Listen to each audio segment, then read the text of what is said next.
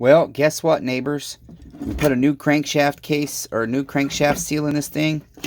And as I realized, as I was putting it back together, I thought, oh, I remember where my leak was. And a crankcase gasket is not going to help that. So neighbors, I'm going to put you on the tripod and I'm going to show you. This is the oil hole. Here's our channel right here. Okay. This is our channel. I examined it and didn't see nothing, but there's got to be some kind of hairline crack because I can only get up to 6 pounds before I start presenting air bubbles in that. That's your oil channel in between those 2 ridges or 3 ridges there. Okay. I'm sorry, neighbors.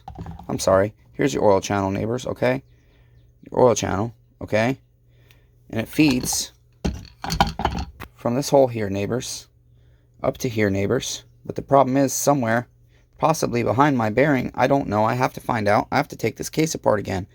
We've got an air leak coming out of that hole when we pressurize our top end. So, okay, neighbors, here you go. Here's a very close view. I'm going to go ahead and I'm going through the impulse hose.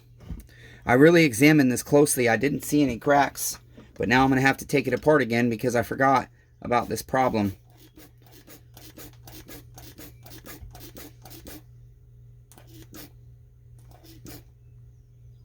And there we go, neighbors. That's 7.5 pounds, exactly where you have to go to on the saw to test it. And look at all the bubbles, neighbors. How that's happening, the only way that can happen is if somehow between here, okay, we've got a new crankshaft seal, so even if it's going into the oil case, there still has to be, in order for it to get into that channel passage, it has to be broken somewhere. I think it's like right here somehow, and I just didn't see it.